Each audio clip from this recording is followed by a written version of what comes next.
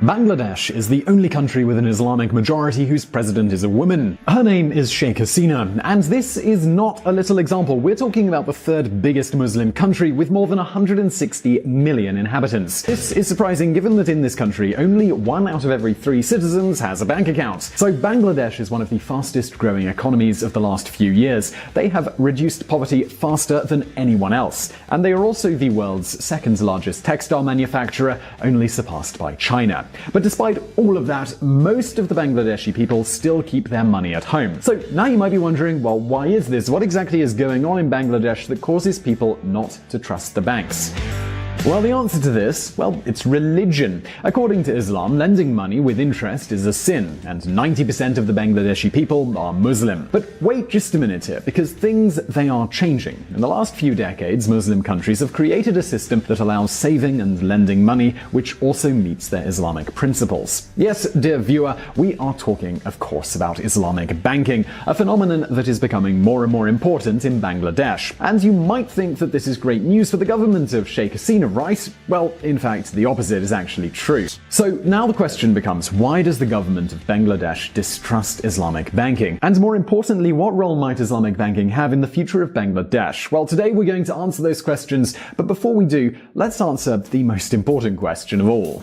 Okay, so imagine we have $1,000 and they're just sitting in a savings account. A Western bank can give you an interest rate of, say, 3%. Now, I'm sure many of you have wondered, well, how is it possible that a bank just gives us money for money that is simply sitting in it?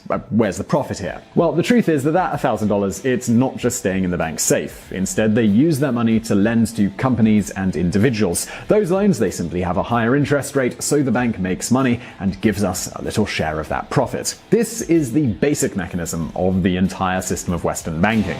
Now, obviously, this carries some degree of risk because the bank can lose the money, but depending on the country we live in, the bank is forced by law to keep a small percentage of that $1,000. That percentage, it cannot be lent, and it's called the cash ratio. Now, according to Sharia law, this system is sinful because lending money with interest is seen as unfair. Of course, there is no problem with keeping your client's money, but you simply can't lend it to anyone. In economic jargon, this means that Sharia law demands a 100% cash ratio. So this, in summary, is the way that Islamic banks work. And now you might be wondering, well, where exactly is the business here? Well, mainly Islamic banks will make money by 2 means. First, the banks charge their clients commissions for keeping the money. So instead of giving you an interest rate, Islamic banks can only give you a little symbolic present. This present, it's called the hibab. Another business practice that is allowed by Sharia law is adding overcosts. For example, let's say we buy a house with an Islamic bank. In this case, the bank will buy the house for us and then sell it to us at a higher price. This price is called the musharaka, and we can pay for it in installments. If, for whatever reason, we can't complete the payments, the bank will sell the house on the market. If they do get some profit from this selling, we, the clients, can take a share of the profit. As you can imagine,